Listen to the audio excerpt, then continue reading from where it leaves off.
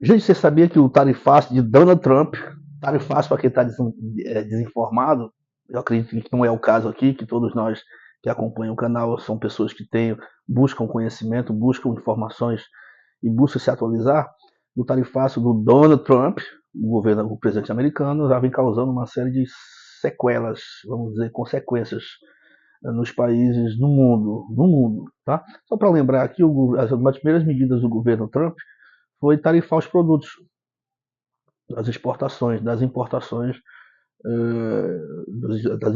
norte-americanas. Ou seja, vamos entender aí, os Estados Unidos, gente, é o país que mais produz, além de país que mais produz no mundo, é o país que mais importa, ou seja, mais compra. Então, todo mundo, todos os países do mundo, principalmente a China, que é um dos países que mais produz, é a indústria do planeta hoje, ela precisa ela precisa do mercado consumidor norte-americano, porque o mercado consumidor americano é um mercado ávido por produtos a todos os momentos. Nós sabemos que a sociedade norte-americana é uma sociedade que mais compra, que mais consome. E nenhum país do mundo quer ficar sem esse mercado. Então, Trump, sabendo disso, ele joga, ou seja, ele taxou os produtos chineses, esperando que os chineses fossem, vamos dizer assim, pedir arrego para eles, ou seja, beijar minha bunda, como a própria expressão do Donald Trump, né?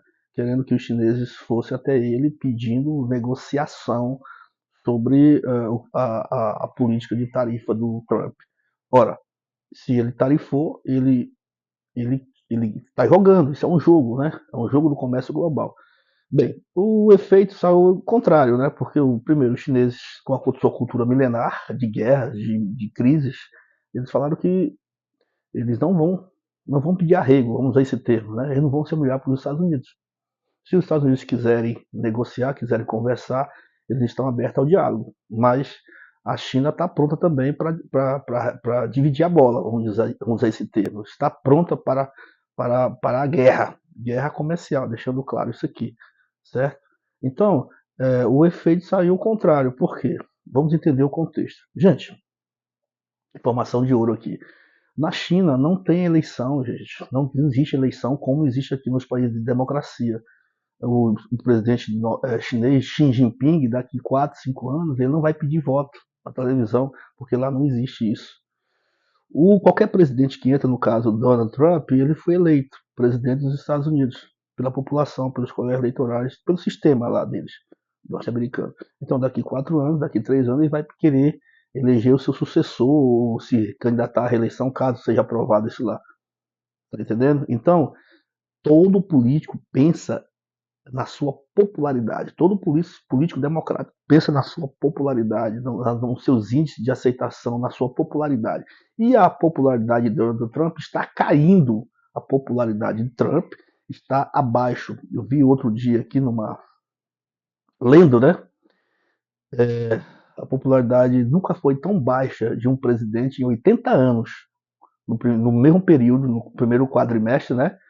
Como foi agora no presidente Donald Trump. Ou seja, nos últimos 80 anos, nenhum presidente americano teve uma popularidade tão baixa como está tendo o presidente Donald Trump. E outro detalhe, a economia norte-americana ela encolheu 0,3% nesse mesmo período. Nunca tinha, já fazia muito tempo que isso tinha ocorrido nos Estados Unidos. Então, e a popularidade do Trump caiu, despencou. Mais de 60% cerca de 58 a 60% da população norte-americana desaprova os seus métodos, ou seja, a sua forma de governar.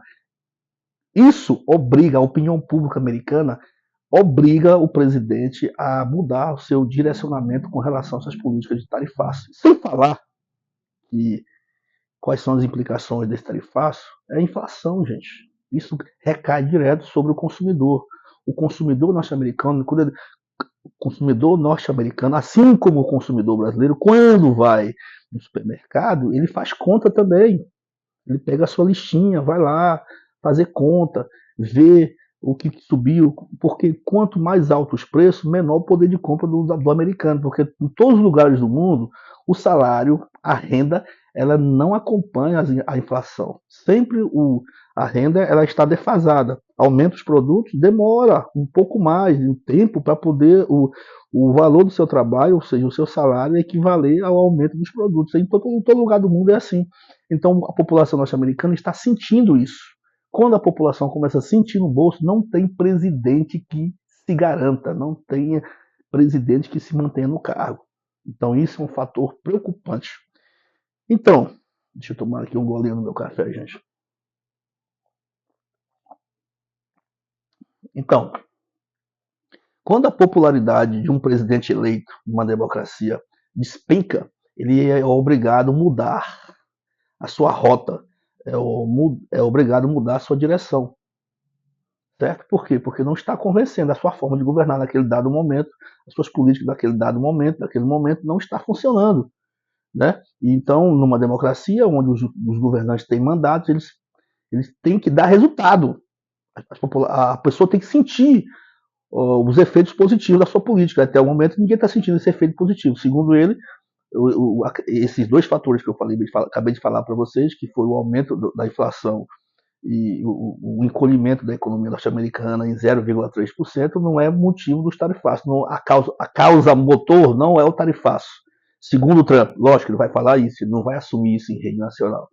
Mas os analistas, o mercado, né, vamos dizer assim, todos sabem que isso que ele está fazendo tem um efeito direto nessas duas coisas combinadas. Nessas duas coisas que eu falei aqui combinadas.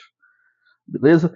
Então, agora fazendo um contraponto com a política chinesa, os chineses não têm eleição, gente. O Xi Jinping, nós sabemos que a mídia chinesa ela é controlada. O sistema político chinês é uma economia de mercado fechada. Vamos dizer que é um socialismo de Estado, é um capitalismo de Estado, perdão. É um capitalismo de Estado. Não é um comunismo como as pessoas ideologicamente ficam apregoando aí, dizendo que tal. Não tem nada de comunismo. É um sistema, é um capitalismo de Estado. O que é um capitalismo de Estado? Lá não existe aí.